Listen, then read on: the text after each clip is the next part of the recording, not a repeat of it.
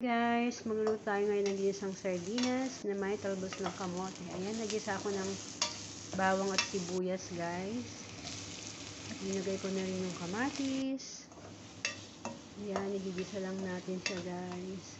Halu-haluin lang natin at ilalagay na rin natin ang ating sardinas.